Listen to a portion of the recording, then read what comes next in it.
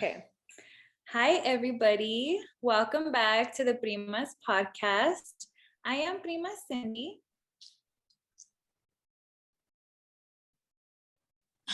I come with that. What about you, Jess?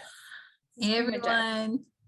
Happy Monday, right? This is our Monday and I'm feeling it. Yeah. I called off of work because I didn't have a babysitter. So here we are on a Monday afternoon. Ooh, started the week rough, huh? I know. That tends to happen to us. I'm learning to adapt though, right? Like I can't control things that are out of my control. So I just rolled with it all day today.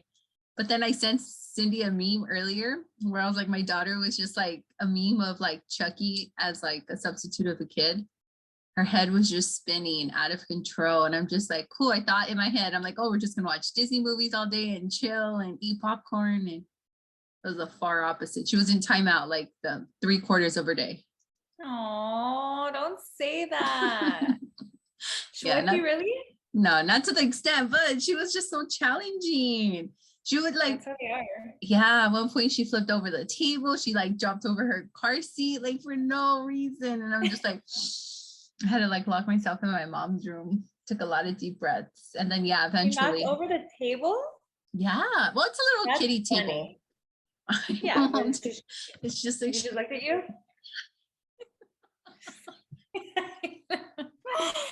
Your daughter's hardcore. She's like super like punk rock. Yeah, she's a natural. And she's like, oh, I guess that didn't send her over the edge. Watch this. And then she like starts pushing stuff. Dropped her car seat. I know. Man. So today was a good day for me overall. I mean, I gotta be at home with her, but I'm like crying now.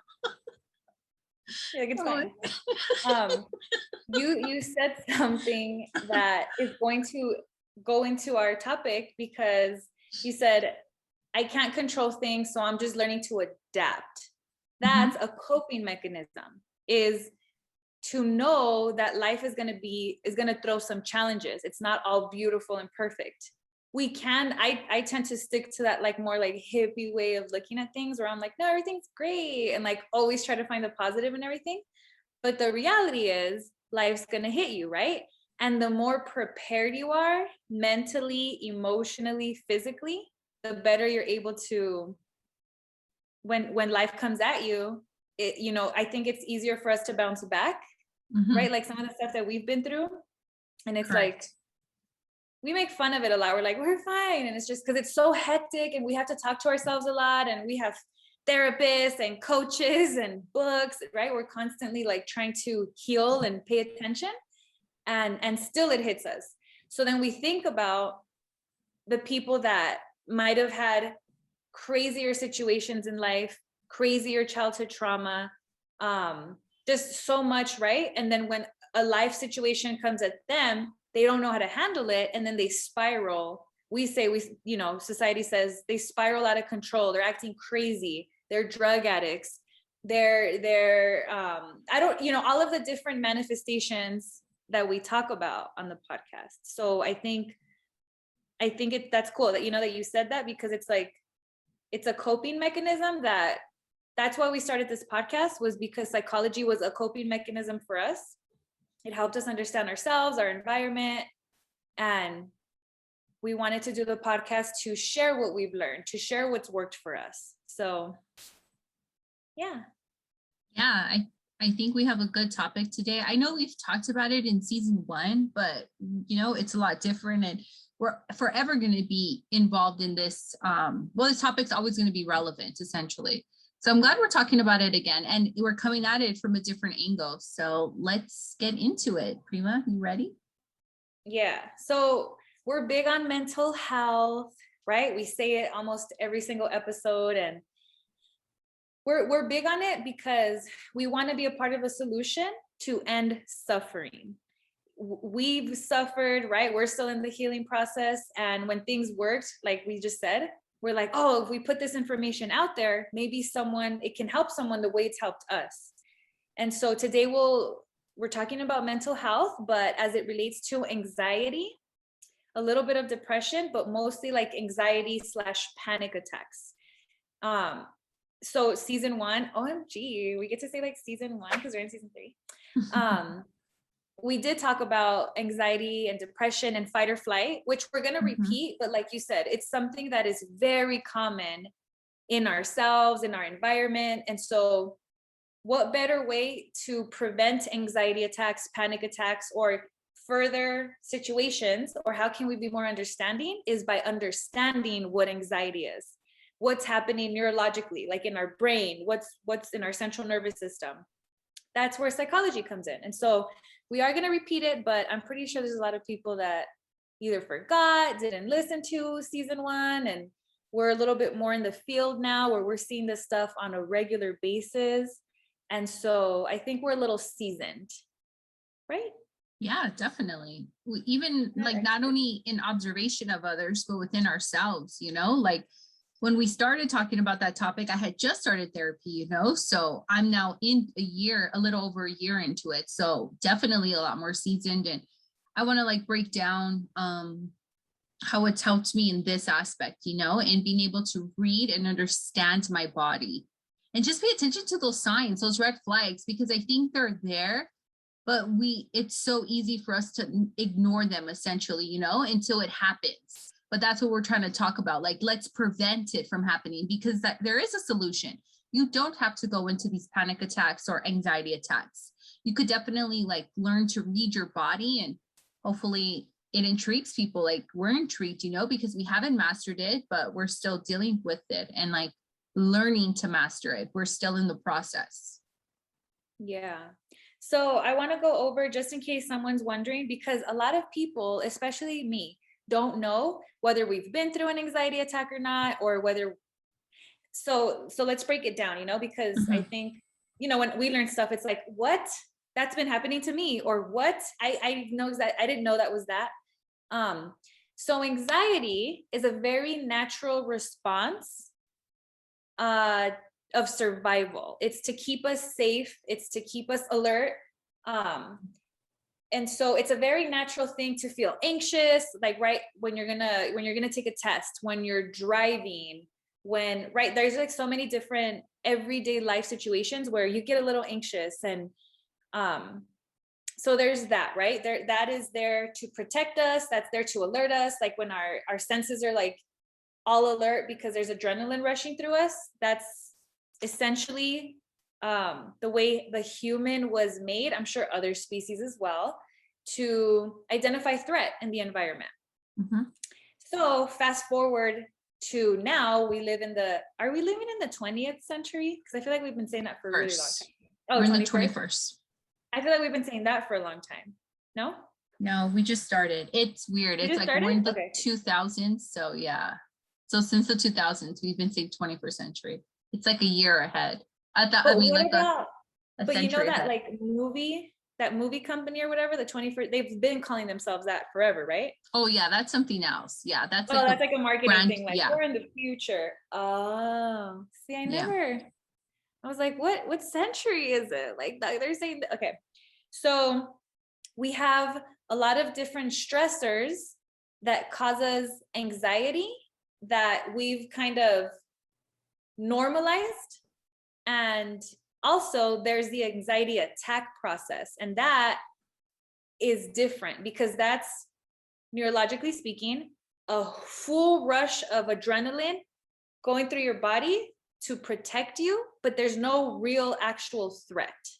So that's what we're going to talk about. We're going to talk about what's really going on, and then different ways to help understand anxiety attacks, how to prevent them, and some solutions for helping others. Because I've never had an anxiety attack, but Jessica has. So this is great because I always ask you questions because I'm so curious, like, what did you feel? And I've heard people say like, you can't put it in words. And I'm like, what? Like, it's just crazy. And I've thought about it because I knew we were going to talk about it. So I'm going to try to give the best description I can.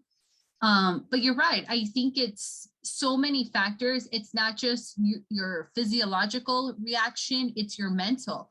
And for me, I think it starts with the mental process first, and then your body gets it the secondary. And there's many theorists who go back and forth, right? They're like, no, actually your body can feel it first, and then your mind starts processing it. And you can argue both sides of the story, right? Or both sides of the fence, which is what psychology is. But I honestly think in my opinion, it starts with your mind. So if you want to break down the process of the mind first, and then we'll go like physiologically, like what the body responses can possibly look like. So Jess, I think you should, so all of my examples are like psychology 101 status. Mm-hmm. So I'll go through that, but I think it's more relatable, like you've gone through one. So like, what do you think? And then we'll, obviously whatever you think about, your thoughts are super powerful. Mm-hmm. And then we'll use my example as like, okay, well, see, Jess felt this, so this was like this and that. Got it.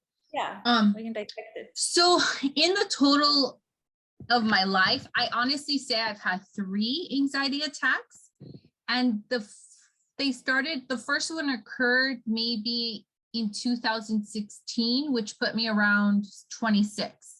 And then recently in 2020, and then recently, like about a week or so ago. So that's it. I've never really experienced them prior or have them as frequently. So within the last 5 years, I've had 3 anxiety attacks. The first one was the worst one because I had no idea what was going on. I remember I was sitting down at work at my desk. So this was an office job, I was just typing. And all of a sudden I felt my heart was going to was pounding so quickly and rapidly. I thought it was going to open my chest, like I couldn't believe it. And I'm like, what the heck is going on? So there I am still typing and still not taking it seriously. And then I was just thinking well, what was I thinking about for my body to reacting like that, And I was pretty upset. I was going through a breakup. I was thinking about so many scenarios that hadn't even happened. So I was thinking about a future, and it was getting me upset. So that's what had triggered me. And then my physiological body response was my heart pounding. I could feel the adrenaline rushing through my body. And then I got up and I literally just took my phone and I went outside and I took a deep breath, because I felt like I couldn't breathe also. And then I went and the first person I called was my mom. And I was like, Mom, I don't know what's happening to me. And I was explaining to her everything. And she's like, oh, relax. You're going through, it sounds like you're having an anxiety attack. Cause my mom used to get them pretty frequently. So she's like, just relax, try to go for a walk around the block. And I was talking to my mom while going around, walking around the block. I didn't even tell my supervisors anything, and at that moment I was I had no idea what was going on. So I was just trying to fix me, before I can tell anyone else how I was feeling. So once I came back around the block, I went up to my supervisor and I told them I don't feel good. I feel like I'm gonna throw up. I need to go home. So I went home and I talked it over with my mom, and she just explained to me, it was this and that. And then from that moment on, I was like, okay, this is what it is. And then I started reading online what it could have been or what triggered it. So not only was I thinking about a future that hadn't happened, I'm a huge coffee drinker. And I must have had 5 or 6 cups, from 8, within a short span of time, because unconsciously I was just drinking, because coffee is comforting to me, it calms me down, believe it or not. It's very soothing. I love the taste of it. But at that moment, it was all these little factors that just snowballed the effect into the moment where I felt very anxious. And then it just triggered my first anxiety attack. And I didn't like it. Wow. I don't know if anyone likes it, right? But it's just not a good feeling at all. And would you say it's not a good feeling? Why? What did you feel that made you feel, I don't like this feeling? Because I felt the adrenaline. I did feel I didn't like my heart pounding so fast when I was sitting down at a desk. That to me is a red flag. Why would my heart be? It was pounding so fast. I was preparing for a marathon. Why was it accelerating that quickly. And then I quickly felt the adrenaline through my body. Like I felt the shakes, you know, and it was just like, why am I feeling like this? I was just sitting down at my desk. And you did something really good. You were self-aware, because sometimes these things happen and people are like, they don't know it, but they don't talk about it because they feel uncomfortable. It's like, why am I feeling like this? And then you went to get information. Like you called your mom and she explained what was going on. And just by you understanding what was going on, that calmed you down a little bit. So I think that's important to note. Yeah. So just like the point that I wanted to make was that some people go through anxiety attacks and they don't even know what's going on and they don't say anything. Yeah. They'll just, it's uncomfortable for them. A lot of them did you feel like you were going to die or get a heart attack? Or I felt like the heart attack. I think that more so. I didn't think I was dying, but I was really freaked out. Like I was scared. And for me, like, you know, I'm not one who goes to the hospital very frequently unless like, yeah, I'm on my deathbed.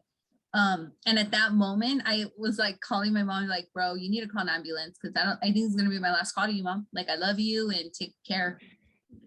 But yeah, I didn't, I don't know about dying, but I definitely felt the heart attack. I thought I might have triggered something, you know, that I couldn't explain it. Yeah. At that moment, I had no words to like explain how I was feeling, you know, but I was able to get up. I was able to walk out. So yeah, in that moment, you know, I just got up and I had to get out of my desk. that's crazy. Okay, so let's break down a little bit. So you were thinking negatively, would you say? Yeah, definitely. You were worried?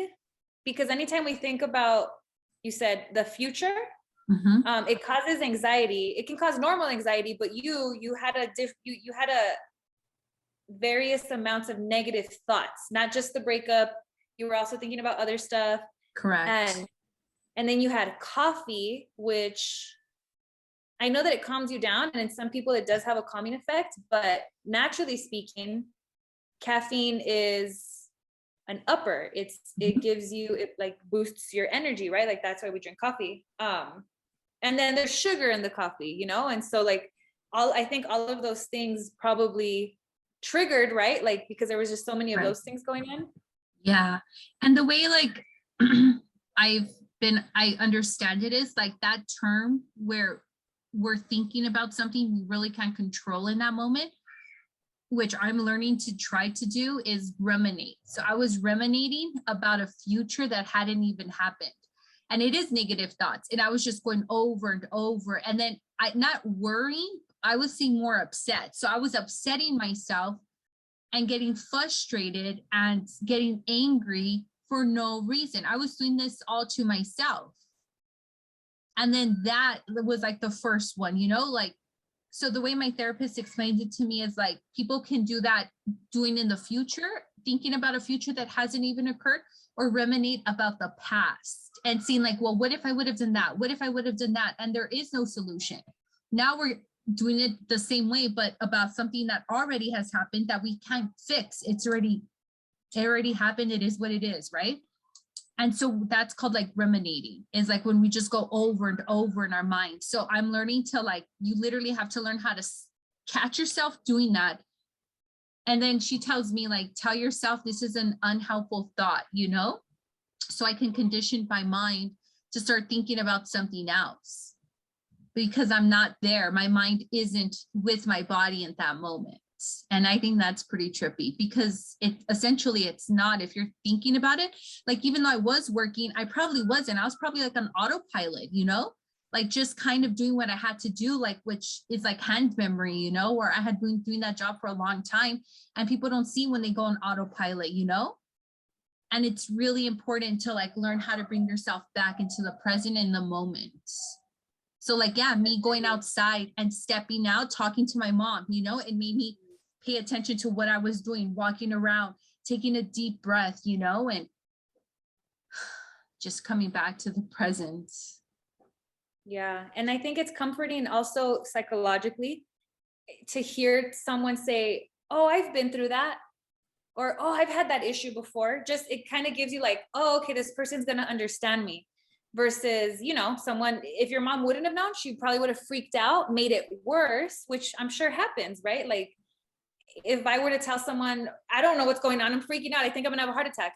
And then that person has no idea, has never experienced, because I've been on the other end of that, where now, especially after training and stuff with you know, mental health trainings, I'm like, oh my God, like I didn't know. I've never gone through that. And I'm pretty empathetic, but I've never felt what that feels like. I've never, you know what I mean? So I look back into my history where I'm like, oh my God, that person was totally having an anxiety attack. And here I am making it worse. I didn't know, but I'm like, what's going on? Like I was starting to get scared because I didn't, right? And I think that definitely doesn't help. So Correct. I like that we're touching on both parts, because for me, it's like, okay, well, I don't hope I never have an anxiety attack, you know, but at the same time, how can I be there for someone who does? Because these things are so common. And it's important for me to educate myself, right? And like all the trainings that I have been taking, I'm like, oh my God, like, why didn't I know this? I feel bad, you know, but there's nothing to feel bad about, but it's just common. So I think it's important that we get it out. Okay, so I wanted to say, you said that you started to think about you started to, you know, have all of these negative thoughts. And then this just kind of goes to show how powerful the brain is, right? Especially when we talk about, it also reminds me of the placebo effect. Oh, yes. So the placebo effect is like when you think, okay, so how I learned it, because I don't know how to explain it, is in psychology, you know, there's so many research and studies. And so when they were trying to test, I guess, social behavior with the alcohol. In different, I don't remember exactly the it's study. like a drug and non-drug. It could be different like methods. Okay. So the research study that I'm talking about, they were studying, I guess, people and how they are when they are intoxicated with alcohol or not. I don't remember. So one group was like, okay, you're getting 2% alcohol in this shot, you know, do your thing. Because in research studies, they also don't want the participants to know exactly what's going on, because we have so many biases that naturally will act a certain way. So that's what I remember. Like, was it a double blind study? But anyway, the other group was told that they were going to be giving alcohol, but they really weren't. However, because they thought, that's the placebo effect. That's how powerful our brain and our thoughts are. They thought they were, and they literally were drunk, even though they had not consumed alcohol, because just by thinking that they're drunk, it released the same chemicals in the brain as if you were to have drank, right? Mm-hmm. So that's one example. There's a bazillion examples. That's just the one that I can relate to right now, because so you're thinking this, and in your brain, you're, like you said, it's kind of disconnected, right? Your brain and your body, because all your brain is thinking is like, oh my God, this is horrible. That's horrible. That's horrible. That's horrible. Yeah. So you're sending the signal to your body that there's a perceived threat. Correct. Because, you know, you're not distinguishing. No one, you're on autopilot, like you said. Those are great words. It's like you don't know what's going on, but you also, and you're living in the moment, but you're not really consciously there. Mm-hmm. And so that's, you know, you're losing control of your thoughts. And you can't tell yourself like, no, like you said, catch yourself, right? That's preventative. When you start getting into these like negative state of minds, it's telling you, is that useful? Like your therapist said. But anyway, so in your situation, your body was like, there's a perceived threat. Mm-hmm. We must fight or flight, because again, that's a very natural response to keep us alive as a human species. So you are, okay, so you're releasing like, we're in threat, we're in danger, right? Because the body doesn't know how to differentiate, or the thoughts or the brain. Oh, this is crazy. Like the brain doesn't know how to differentiate between what you're thinking is almost an illusion, because it's not even happened yet, but your body's like fight or flight. Yeah. Activate. Exactly. Yeah, it's an illusion, because I was in my desk, but I was thinking of all these like thoughts that was not my reality in that moment. So you're absolutely right. And then your body starts releasing the hormone cortisol, which is a stressor, and then adrenaline, which is another chemical, which is the one you're going to need. Like, right, we've heard what adrenaline does to people. It like, people have this like superhuman strength to like lift things in moment of like, of danger, of real danger, you know? So imagine all that pumping in us in that moment, and there's really nothing threatening or in danger in our environment at that time. It's all in our mind. And to me, that forever trips me out, because like you said, our mind is such a powerful organ. And this is why we were so fascinated with the subject of psychology, because it's just like to manipulate our minds, to make our body believe something is going on that's really not going on. And you're right, it is really tough for me, it's really tough to help people when I see them. I see people have like moments where I'm like, I can see something's like, coming about. I just try to remind them, but I never thought to intervene and try to like stop it or like bring them back to reality, because I never had the courage to be like, oh, let me help them, because I haven't mastered it within myself. And it's a very tough like moment. And I don't know how people are going to react in that moment of like my presence being like, bro, chill out, because I could be a little insensitive also. Right. So it's definitely like a work in progress where we have to like be mindful of other people's surroundings. Just because my anxiety attack was, I feel one way, doesn't mean like someone else is going to feel the exact same way like me. Right.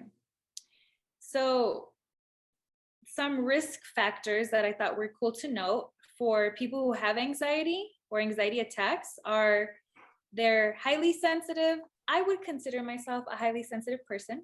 Me too. So if you kind of have that personality trait, it's probably more common. Childhood anxiety, adverse childhood experiences, traumatic experiences, alcohol misuse, family and or relationship instability, some type of medication, and some medical conditions can just kind of heighten, I'm assuming, the severity of a panic attack, or and when we talk about trauma, like when we talk about, because we talk a lot about, last week we talked about, like trauma, childhood trauma. We always talk about the different manifestations of trauma. And so according to the National Council for Behavioral Health, more than 20 million Americans experience a mental health challenge in any given year. And in a world that sometimes makes it feel impossible to ask for help, it's up to all of us to know when and how to offer it. So I took the mental health first aid training, and I highly recommend it if you can get your organization or job to pay for it, because it is for the type of work that we do, to just on how to identify, to offer support, because we're not experts, we're not doctors, we're not therapists, but it's just to, like you said, Jess, I don't know how to feel, and I wouldn't either until I took these trainings where they make you confident in what you're observing, because it's always like one of 5 things. And you don't know that until you're in the field, right? And you will, I'm sure you can tell by now, but you haven't put like a dictionary word to it. So, okay, sorry. One more thing that I wanted to say about the training. So it says that trauma is a risk factor for all mental health.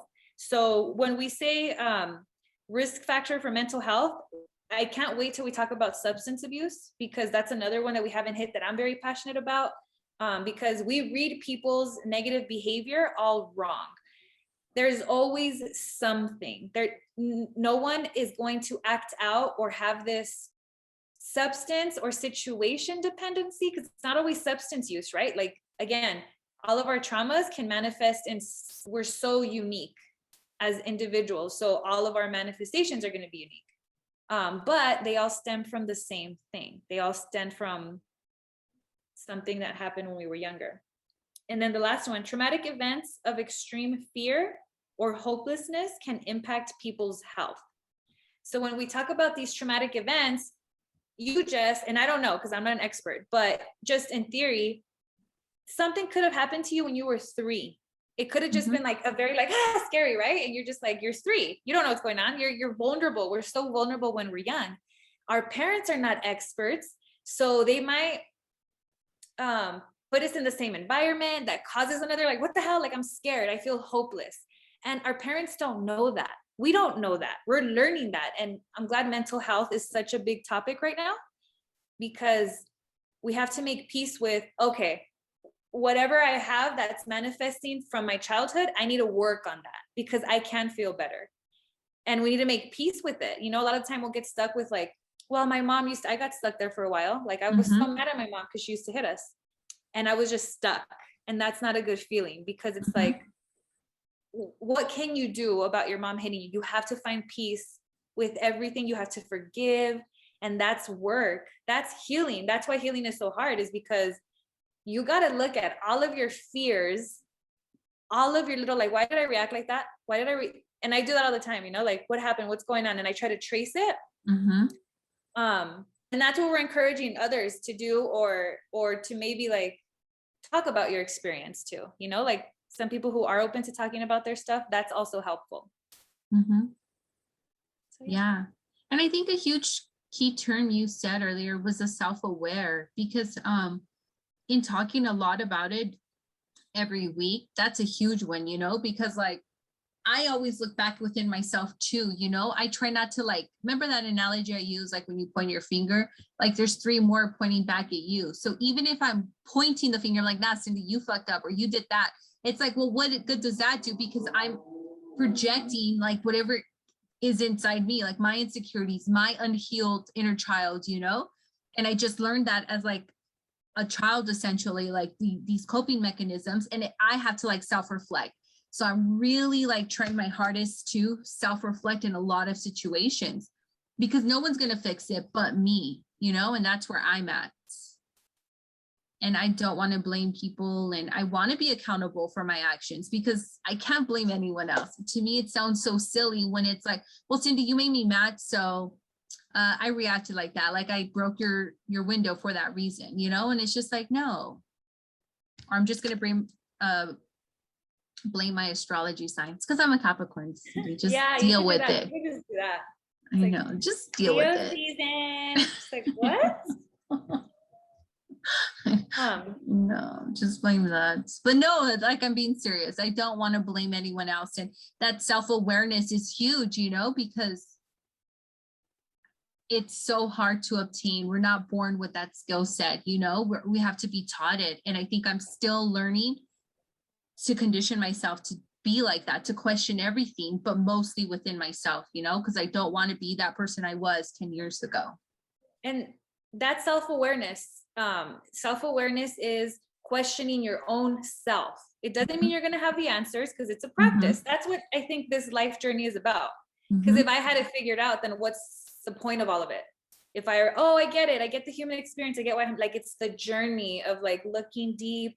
And then once you do the work, you set yourself free and you feel so much better because you forgive yourself, you forgive others.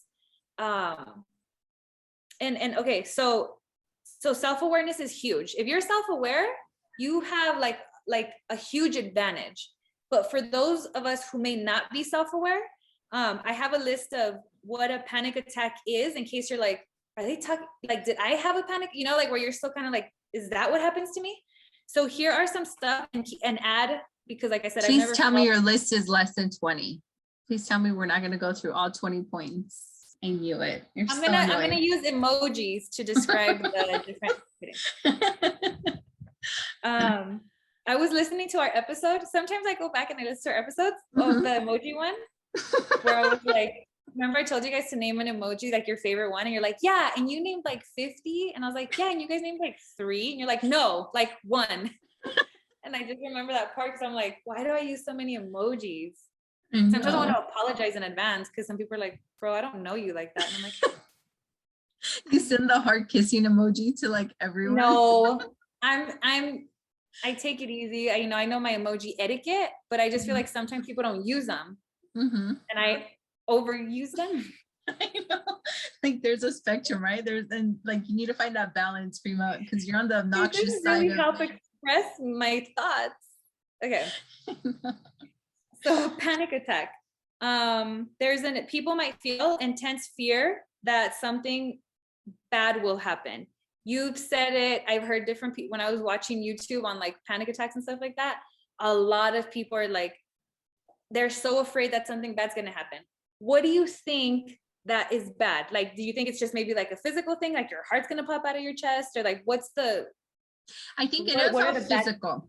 Yeah, Mm, it's definitely physical, and people are not making that correlation. Like, there is no imminent threat, like another solution was like remove yourself from the area that you're having that anxiety attack. And mm, hopefully that brings you back to connect with your mind and body. When people said something bad's going to happen, it's 100% physiological. It's that adrenaline, it's that cortisone, everything running through your body. And learning how to get out of it fast, because I think the longer you're in it, the worse it is, because it's just like building and building and building and building, and there's really nothing going on.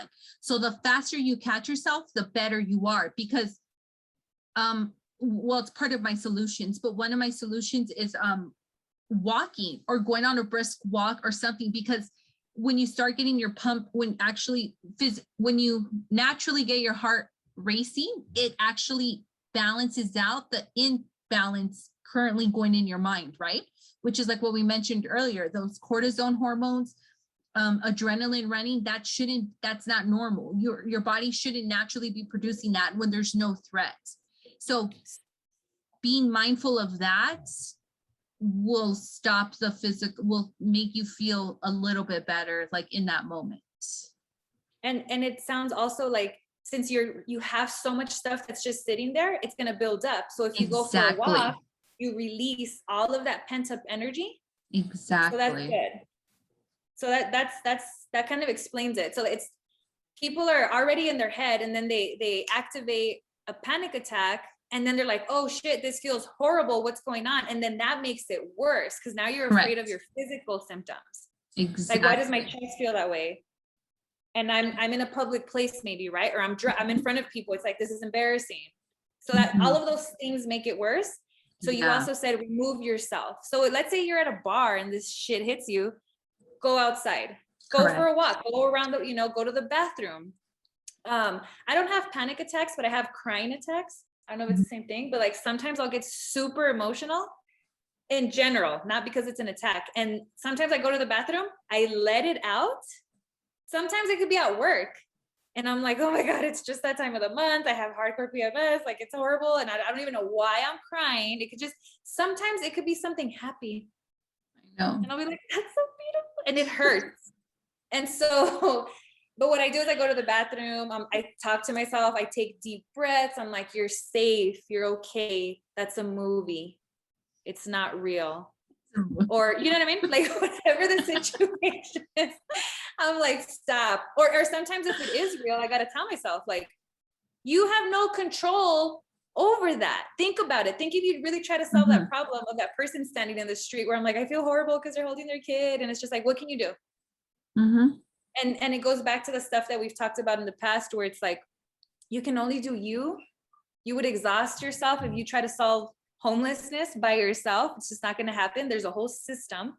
Mhm. And it's just like, do you. Don't be arrogant to think you're going to overthrow the government, right? Like Jordan Peterson, he's like, these feminists are trying to overthrow the government. It's just like, that's a lot of work.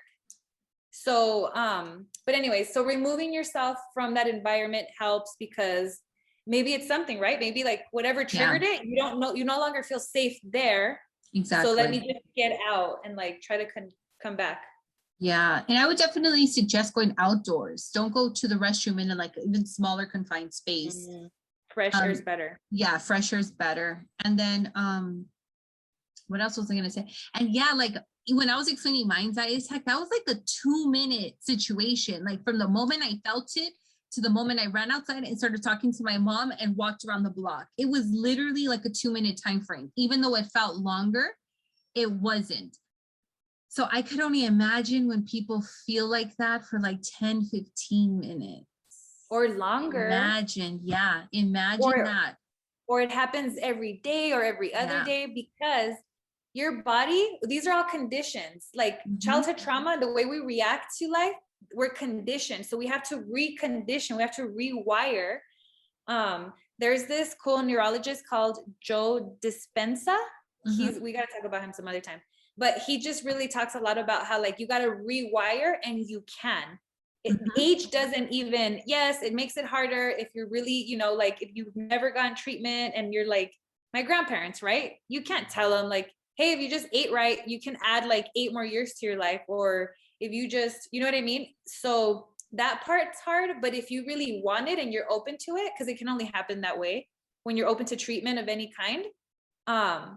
It's so beautiful how the brain works. You can like It's ever revitalize it, I changing. guess. Yeah, it's ever changing, But we and you don't can. think that, Yeah, we think, oh, you we're can't set teach in our an ways. old dog new tricks or Yeah, whatever. And it's just that's like, a good saying. Yeah. I don't believe in that, but okay, moving on. So your heart starts racing, your chest feels tight, your palms are sweating, you cannot breathe. You believe that you're dying or a heart attack. So we kind of talked a little bit about this, but these are kind of some of the physical symptoms. So neurologically, a panic attack is an overreaction to the body's normal physiological response to the threat of danger. Yeah, we already talked about this, but basically the reason why our heart starts to pump so quickly, and we're hyperventilating and like everything's numb is nothing dangerous is really happening. We don't know that in the moment. You're not thinking that, right? But if it helps, what's happening is your body is in fight or flight, which means the adrenaline rushing is meant for your heart to pump faster, so that blood's rushing, so that adrenaline's moving around your body, so that you can run away, or like you said, move a car, right? Like have superhuman strength. And so none of those things are going to cause harm. Unless maybe you have a heart condition, then I don't want to get into like, I'm not a doctor, you guys, so don't be like, what if you have this? I'm sorry. So yeah, so like Jessica said, so fight or flight, I don't think we mentioned it real quick. So that's like just an evolutionary thing that we have, where if we perceived like when we were cavemen and we were like a saber-toothed tiger, I don't know, I always remember that meme, is coming to our cave, then like the caveman would activate naturally without us even knowing a response to like, oh shit, there's a saber-toothed tiger. We got to either fight it off or flee.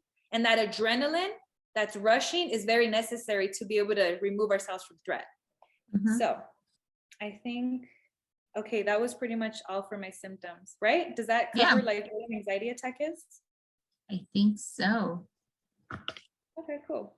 You want to go over solutions? Let's go to solutions. I think we said a lot of them. Yeah, we did. Mine were remove yourself from the environment that you're in is a good one. So typically if you're indoors, go outdoors. If you're already outdoors, just still remove yourself from that moment wherever you're having it. Another good one that my therapist also gave me was focus on the moment. So when you remove yourself from that environment, just start talking about your physical senses, right? So tell yourself, okay, I'm looking at this purple wall in front of me. I can touch my pen in my hand. I can feel it. I can feel the rubber. I can feel the indentations. I can taste my lunch that I had an hour ago. I can smell the aroma that I'm around. It's like bringing all your 5 senses in that present moment helps you stop that process, like I mentioned earlier, to ruminate, to stop that unhelpful, like spinning of the wheel of your mind. You're going to put a block to it in that moment when you bring yourself in the present and start observing things around you in your present. So I thought that was super helpful, and it actually has helped me to like prevent anxiety attacks. And last one was like go for a walk, because also I learned in doing my own research, when you go for a walk or just a brisk walk, getting your heart pumping like naturally, not that adrenaline, it'll like your blood will start pumping how it's supposed to, and it'll balance out those chemicals that are currently, like you have cortisone in your blood at that time and adrenaline. So it helps remove that and get that out of your system, because you don't need those chemicals at that moment. So it releases it. And I think that's a good term you used earlier. Like we need to find healthy ways, like even if you're going to prevent it or if you're in the moment, how to release it, because the faster you catch on, the better it is. Because longevity, we shouldn't be having these anxiety attacks. Like, that's just stress, adding stress to not only your mind, but your body, essentially, you know, like when you feel tensed up, like when, like me, when I get stressed, it's in my like left shoulder, you know, and it's like things like that that start triggering it, where it's unnatural. We shouldn't be having these. So I think that's a good term, release, learning how to release it. That pent up, all that Mhm. energy that's in your body. That's good. Exactly. When you talked about being mindful, like practicing mindfulness, like what am I tasting? What am I holding? What am I looking at? Like all of your senses, you're also in a way consciously manipulating your brain. You're saying, hey, stop thinking about this, think about that. Exactly. So with that same argument, what I do when I don't get anxiety attacks, but there's been times in my life where I'm like, like you said, you start thinking and then I don't like it. I'm very sensitive. So I'll go, like, I just don't like it. I don't like feeling, it makes me feel hopeless. And the way I live, I'm independent. I'm by myself. Like my mom's here, but like she counts on me. You know what I mean? So there's just a lot of time where I'm like, I need to be mentally okay at all times. So what I start to tell myself when I do feel weird, or like when it's that time of the month and I start getting like, this is dumb, or like whatever, I start telling myself, like manipulating myself, like, no. And it's not manipulation. It's saying like, no, you're safe. You should be blessed. You have a roof over your head. You're healthy, and I'm very thankful. And those are the things that I say I'm thankful for every single night. And it's just reminding myself that I'm safe. Or my daughter, like when I don't know why, she used to always freak out about hiccups. She's like, oh no, I got hiccups. And I'm like, when she was too little, I couldn't tell her, but like I always would tell her the same thing, like hiccups are normal. Nothing bad's gonna happen to you. Just to make her feel like, I don't know what she's going through, because I'm like, hiccups, like that's a normal thing, And so just to let her know, like, that's normal. Don't worry about it. Nothing's gonna happen to you. So take a deep breath and tell yourself you're okay. And she does. Now I'll catch her by by her, every time she gets hiccups, she'll be like, she says her name, she's just like, I'm okay, my body's okay. And you know what I mean? Like it's kind of like affirmations in those moments to nourish and nurture yourself back to like, hey, you're okay, you're okay, like you're gonna be okay. Exactly. As you're Good breathing. example. Yeah. If your 5-year-old can do it, we're definitely capable of. Well, it's because of hiccups. She hasn't been through traumatic events yet. Everyone has their stuff. But she'll be ready. She'll be ready, because we're going to talk about it and we're going to normalize, like, it's okay that you felt the way that you do, but how can my daughter, we have that privilege where she does have a safe environment. She has consistency. We have routines. I mean, she's in a very like healthy environment.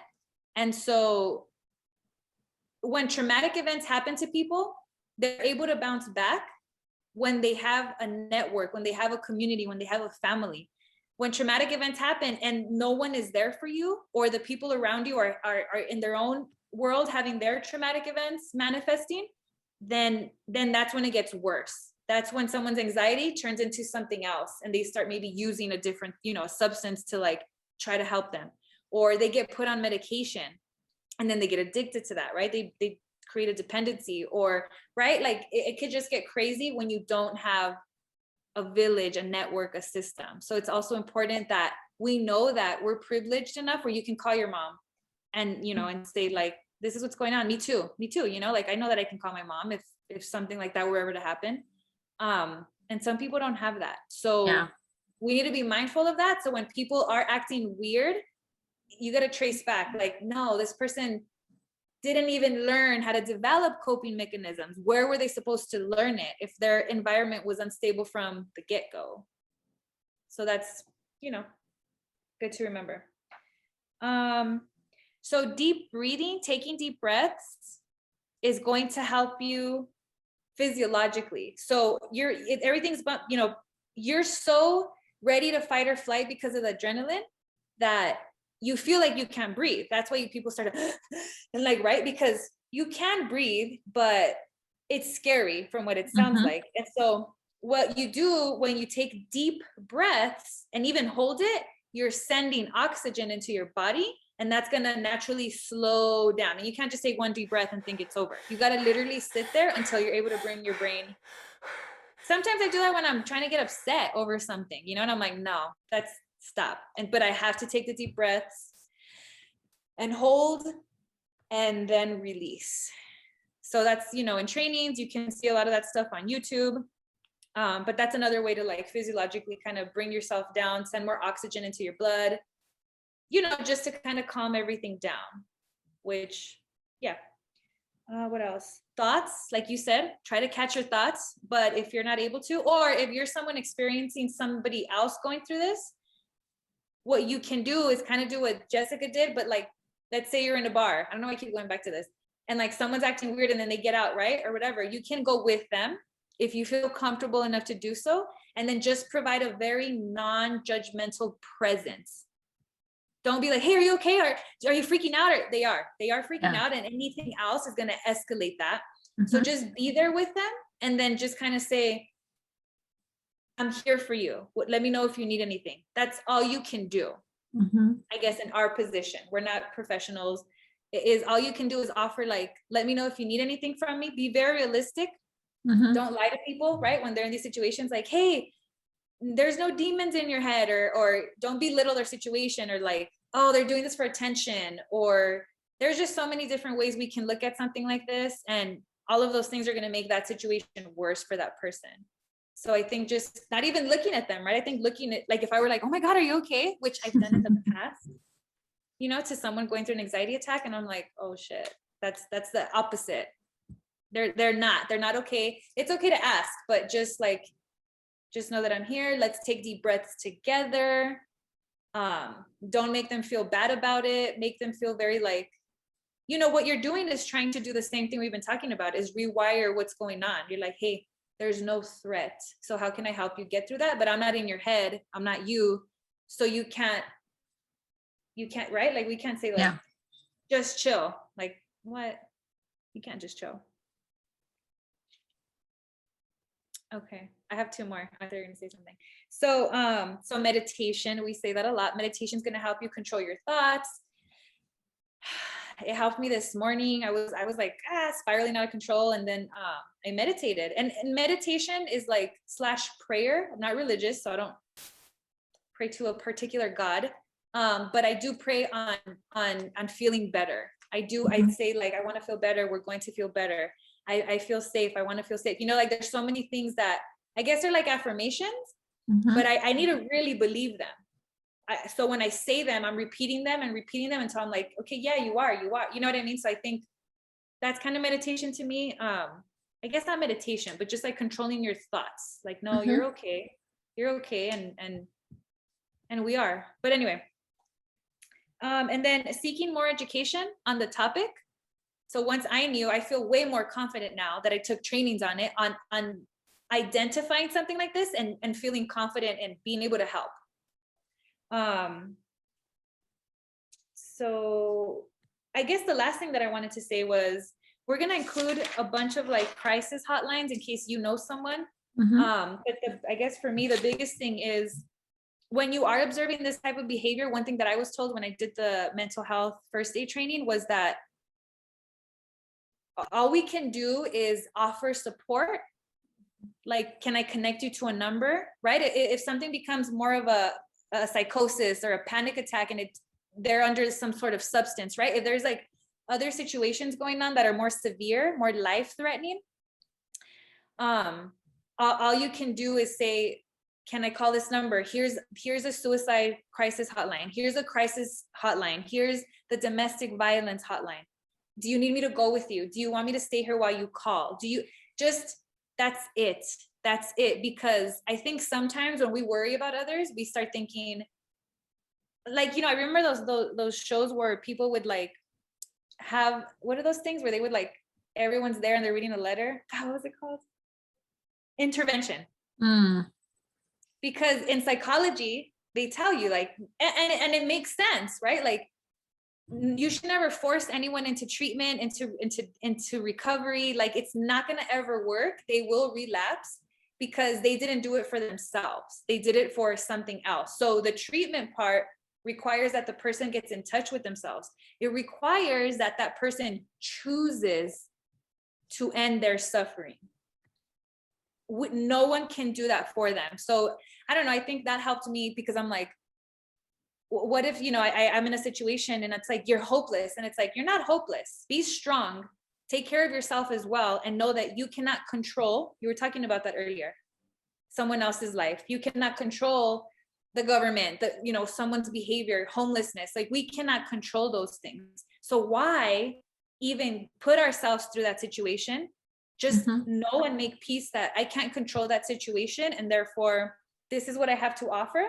But we got to respect that person, that it's their decision and not judge them, regardless of the decision they make. The best thing you can offer someone who is suffering, who is going through a hard time is just a non-judgmental presence, listening ear. That's it though. So I don't know. I think that one's important because sometimes we feel helpless, or we say, I could have done better, or I could have done this. And it's like, no, we have to understand that it's on us. And yeah. So I kind of wanted to end there because I think that's another one. People don't get involved because they don't know how. It's like, get involved in a way that's going to also leave you feeling protected. You got to always protect yourself first. So yeah, panic attacks. I like it. Good topic. See, and just thinking about our last episode, it was so different. Yeah. And remember, all the stress, like when you do have constant anxiety, it ages us, right? Because all of these things, they're not causing harm or threat to our body.